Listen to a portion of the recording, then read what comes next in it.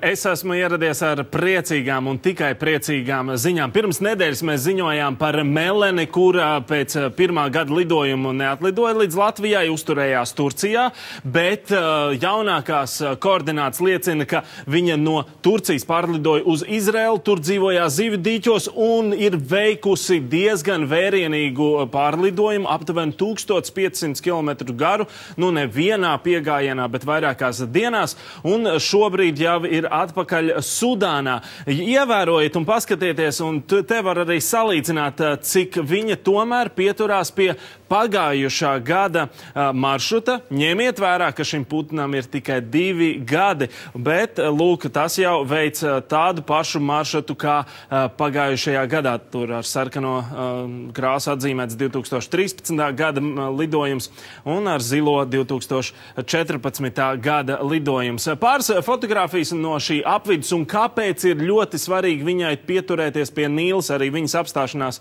vieta ir pie Nīlas. Tā izskatās apkārtne. Tā izskatās apkārtne Sudānā. Un nākamajā fotogrāfijā jūs varēsiet skaidri redzēt, kāpēc ir svarīgi turēties pie Nīlas. Pie Nīlas aug augi, tur ir kukaiņi, tur ir dzīvība un, protams, tas nozīmē, ka tur ir arī barība. Tas ir ļoti svarīgi, liels prieks, protams, par Meleni. Par Lotte arī priecīgas ziņas. Viņa ir Dienvidu Sudānā, viņa ir vis tālāk tikusi un arī nedaudz tā kā pavirzījusies vairāk uz dienvidiem, un arī ornitologi priecājās par to, kur viņa ir nonākusi, lai gan fotogrāfijas liecina par to, ka šis apvidus arī varbūt nav diezko bagāts ar upi un tā, bet viņa tieši ir apstājusies tur, kur ir upīte, un priecīgā ziņa ir tā, ka tuvumā nav apdzīvotas vietas. 100-200 km radiusā ir tikai tuvējie ciemi, līdz ar to viņa ir savā veidā drošībā. Nu, te var redzēt, kā notiek darījums, jo Ķīna no Sudānas ņem naftu, bet pretī dod ūdeni.